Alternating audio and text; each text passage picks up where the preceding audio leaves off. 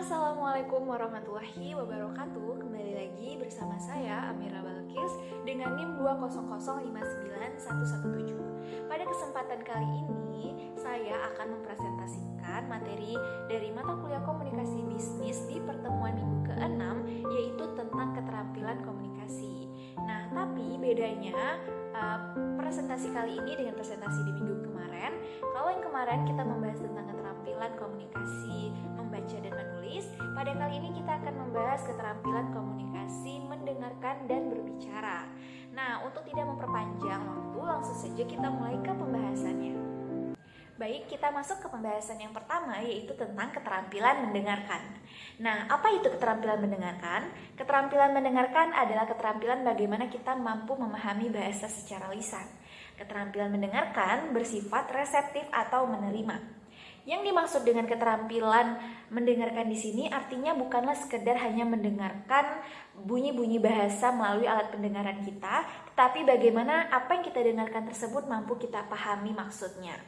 Nah, oleh karena itu, keterampilan mendengarkan ini sering diidentikan dengan menyimak.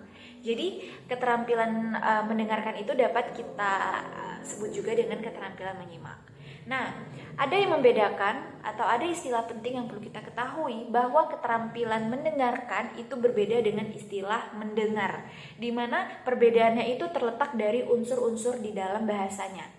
Nah, kalau keterampilan mendengar itu dia tidak memiliki unsur-unsur kesengajaan, konsentrasi ataupun pemahaman. Sedangkan pada keterampilan mendengarkan atau yang disebut dengan menyimak tadi, itu di dalamnya terdapat unsur-unsur kesengajaan, lalu ada keinginan kita untuk berkonsentrasi mendengarkannya agar kita mampu memahami apa yang kita dengar tersebut.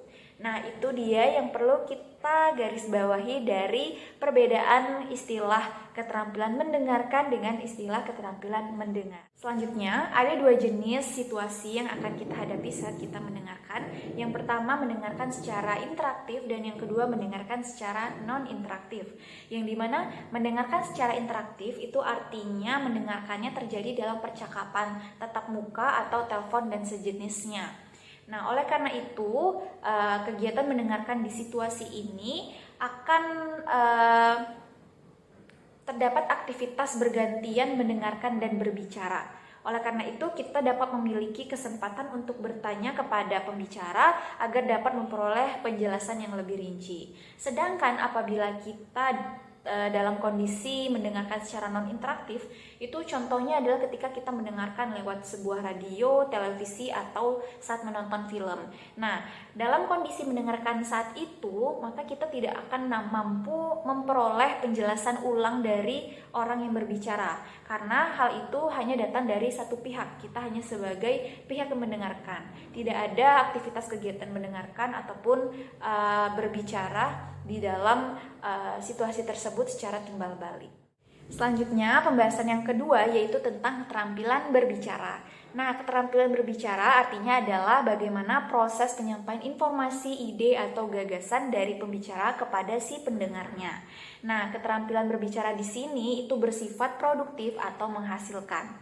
Nah, dikenal 3 jenis situasi dalam keterampilan berbicara. Yang pertama ada interaktif, yang kedua ada semi-interaktif, dan yang ketiga ada non-interaktif. Nah, perbedaannya terlihat di mana kalau situasi berbicara secara interaktif artinya terjadi di dalam sebuah percakapan secara tatap muka ataupun dalam telepon. Sedangkan berbicara secara semi-interaktif itu artinya berbicaranya itu lewat satu arah. Hanya satu orang saja yang berbicara, contohnya itu seperti berpidato di depan umum, kampanye, dan ceramah. Nah, kegiatan ini dapat terjadi dilangsungkan secara tatap muka. Lalu sedangkan yang ketiga yaitu tentang keterampilan non-interaktif, itu artinya keterampilan mendengarkannya itu juga hanya datang dari satu arah dan berlangsungnya itu secara tidak tatap muka. Contohnya itu melalui radio atau televisi. Nah, itu dia kedua keterampilan pendukung yang lainnya. Jadi sekarang kita sudah mengetahui ada keterampilan menulis, ada keterampilan membaca, lalu ada keterampilan mendengarkan, dan ada juga keterampilan berbicara. Sekian hasil dari presentasi saya di pertemuan minggu ke-6. Saya akhiri, wabillahi taufik wal hidayah. Wassalamualaikum warahmatullahi wabarakatuh.